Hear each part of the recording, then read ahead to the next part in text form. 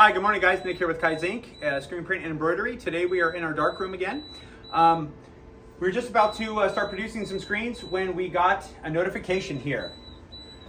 So it's saying flush is low. So essentially what that's telling us is that we need to put some more toner into our eye image here. You see it's flashing. You come over here, it's going to tell us M take low, F, fill her up. We're going to find that right down here. Black pigment. We'll go ahead and open this up.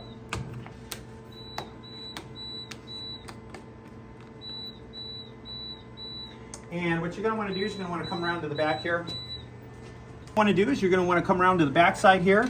It's a little door right here. You just want to open that door up. And on the left-hand side here, we've got our toner. What we're going to do is we're going to go ahead and take the top off of that, grab your solution.